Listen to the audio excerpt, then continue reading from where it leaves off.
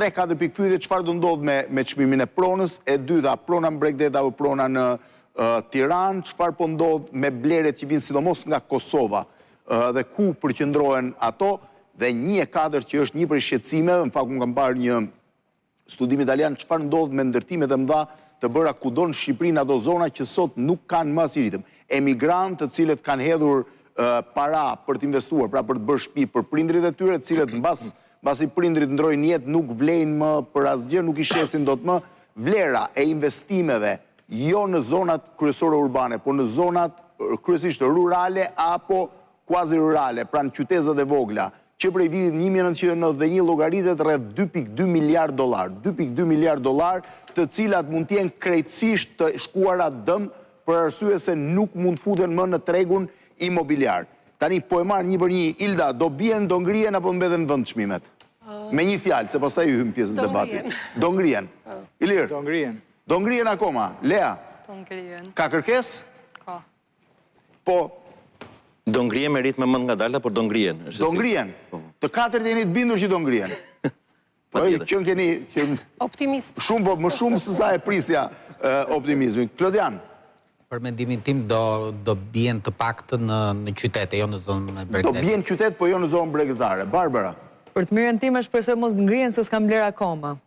Po me hamendje nuk di ta thuash. Kam frikë se do ngrihen. Ke frikë se do ngrihen. Po Armand?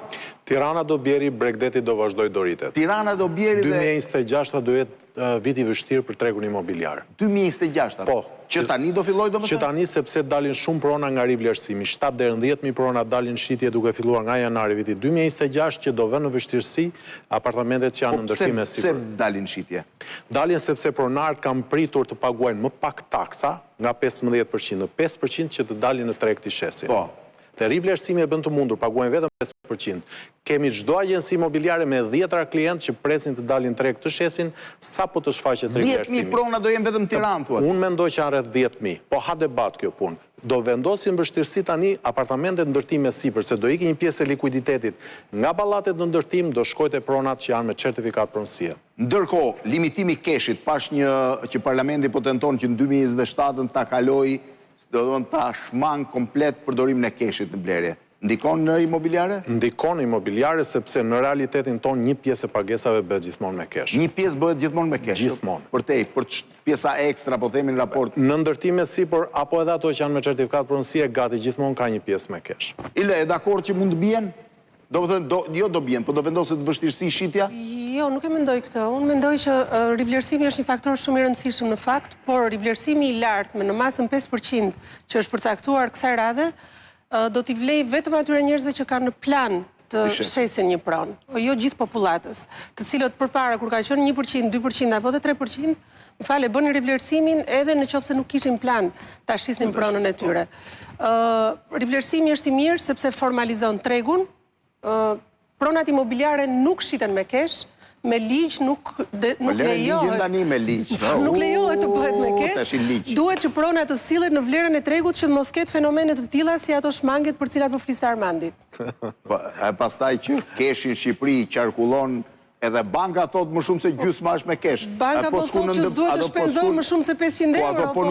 Po nuk shkuan te apartamentet, ku do harxhohet keshi? Se për të ngrënë për të pirë në restorante, nuk besoj se Shqipëria harxhon gjysmën e qarkullimit të ardhura. Ilir, ti mendon që do ketë rritje, pse? Do ketë rritje sepse rivlerësimi nuk është hera e parë që bëhet dhe rivlerësimi asnjëherë nuk e ka prishur tregun e real të banesave, nuk janë ato që po vrapojnë për të shitur, për të kryer, nuk janë tregtarë që po hyjnë në shitblerje. Ka një pjesë e njerëzve... Ama po vështirësohet shitja, po zgjatet koha e shitjes. Sigurisht, sepse do saturohet tregu, nuk do ketë më hapësira për të ndërtuar. E dyta janë, nuk e di sa miliona metra katror të dhëna në Tiranë leje ndërtimi. Po janë dhe do ndërtuan, derisa janë do ndërtuan. Do t'i blej? Po sigurisht ato që po i blejnë dhe ato që do t'i blejnë vazhdimisht, sepse ka treg.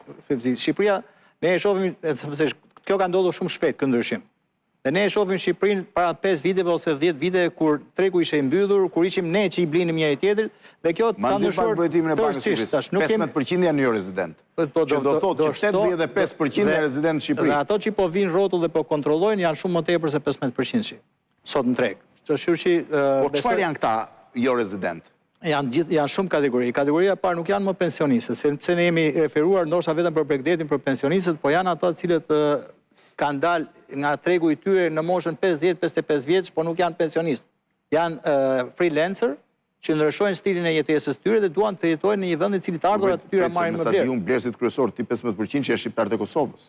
Jo, unë po flas për ato që do vinë, nuk flas vetëm për këto që po flas se si do ndryshojë trendi. Unë po them ata që janë sot, pasaj se çdo vinë është gjë tjetër. Ato që janë kategoritë ndryshme, janë edhe këto që fola. Emigracioni dhe shqiptarët e Kosovës janë. Po, edhe të huaj janë.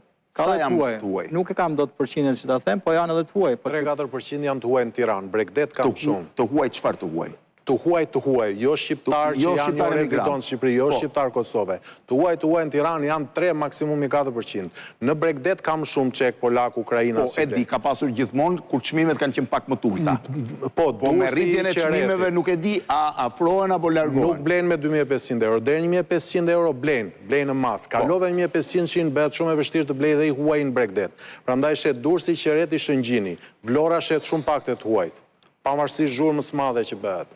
Tirana nuk ka të huaj fare, 3-4%, dhe janë kryesisht spekulanci ne që blenë për të rishitur, nuk blenë për investim. Po patjetër se një huaj për çfarë do blenë Tiranë? Tirana nuk ka kompani të mëdha, nuk ka. S'është negative kjo, se Jo, s'është negative. S'është negative, është fakt që s'blenë të huaj.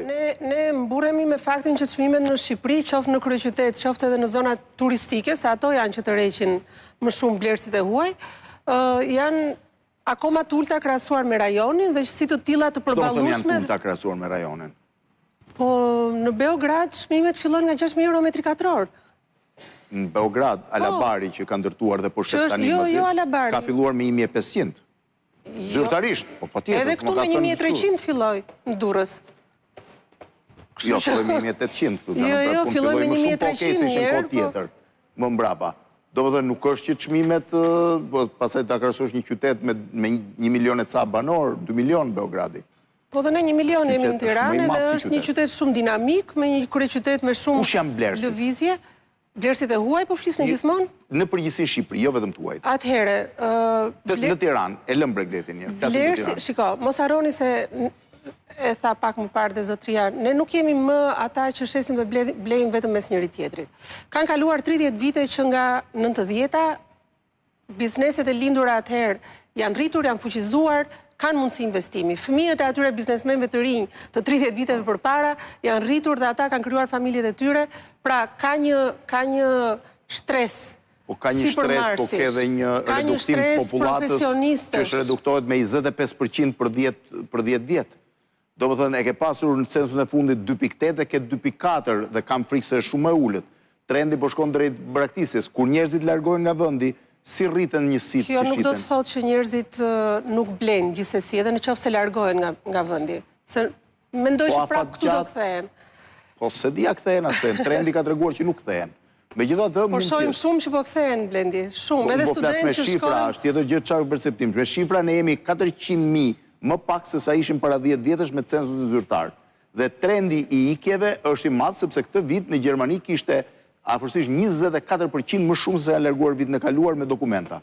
Pra kjo tregon që ka një trend nikje, kur njeriu ikën, Dhe Tirana ka një lidhje drejt për drejt popullsia për herë të parë pas 30 vitësh. Po, për herë parë, se kjo është e vërtet, që në Tiranë shtoi popullsia se vinte nga... Ka filluar të shembull, sa shitet një shtëpi në Selenicë të Vlorës? Ditë ma thot njëri? Nuk e blen njëri fare, absolutisht zero. Pra s'ka treg, kështu që ky treg po vjen drejt Tiranës. Për herë të parë, vitin e kaluar, jo këtë vit, Tirana po ka regres me popullatën. Pra nuk po rritet më. Kështu që me një aritmetik të thjeshtë, po bëj një pyetje, kush mi e përgjigje kësaj? Ka spekulim, Blendi, se po flasë më shumë a kolegët. Tirana është një skeme madhe spekulimi. Nuk është treg likuida. E 11.3 muaj që shiten pronat, tregon që jemi të pashëndeshëm si treg. Pronat duhet shiten në perëndim 1 deri në 3 muaj. Maksimumi 6 pronat e shtrenjta. Ajo tregon që nuk kam mjaftueshëm lek në treg. Ndërtimi ynë bëhet me skemën e kleringut. Pra, ndërtuesi nuk e blet tokën, jam merr pronarit me klering. Pastaj ndërtimin e bën prapë me klering, pa kesh, pa likuiditet vet. Nuk janë të financuar. Nuk është ashtu, do paguaj taksën njerë që nuk është e vogël. Jemi të 10%. Jemi të 10%. Dhe tani 12 shkojnë taksat me të gjitha. Të gjitha këto kullat, po duan të ndërtojnë, fillojnë me nga 1 milion lek buxhet. nuk kanë financim në perëndim, duhet kesh financim të ndërtosh projekte kaq të mëdha. Megjithatë, këtu kam pikë një gjë tjetër, që këto kulla, nëse s'ka treg, nuk do ndërtohen, po jo Me se këtë do jam dhe bllokohen. unë them që nuk ndërtohen. Po jo se do bien, do kthehet në kolaps. Mund mos ndërtohen, ajo është që tjetër. Vallaj, me krizën demografike që kemi ne, edhe kolapsi mund të vi. Se ti nuk ke konsumator, kaq e thjesht. Kush do hy do banojnë gjithë të shtëpi? Kaq këtë pyetje kam unë. Nga do vi populli që do hyjë aty. Për Tiranën po flasim, se Bregdeti është ndryshe. Bregdeti ka klient Europën përballë, ka 300 milion njerëz potencial. Ose përdoret për hoteleri, për përkohshme. Në Tiranë kush do vi do jetoj përveç nesh. Shqiptarët e Kosovës nuk vinë në Tiranë, shkojnë në Bregdet. Emigrantët ka ikur 5 deri në 10% kthehen. Pra, ne nuk kemi nevojë të ndërtojmë, ne kemi nevojë për politika që të motivojnë daljen në treg të 70.000 apartamenteve që kemi bosh të mbyllura me çelës. 70.000 apartamente. Jemi afër 80.000 sot që flasim. 80.000 bosh. Po, që janë emigrantët dhe spekulantët, që i kanë bler për të parkuar parat ose për të shtuar lekët e tyre. Pra, e blej në grop, e shes kur të mbaroj. Po nuk po e shes tani po e mbalet Ose sa ti mbaj lekët në bank, i mban në imobiliare që është më normale. Po, i ngurtësojnë në imobiliare. Pra pse është negative kjo, më falë? Po si është pozitive, kjo kolapson. është skem që nuk qëndron vetëm kolaps. është shumë e rrezikshme për ekonomi. Lere ne, se do na kapit gjithë e brenda dhe mua që po flas. Unë nuk kam qef që të ndodhi kjo punë. Po kjo do bllokoj ekonominë. Se ti ke 20% GDP-s tani ndërtim. Presim të futemi në kolaps dhe të shkojmë te skema. Ajo vjen vetë, dashmë se prit.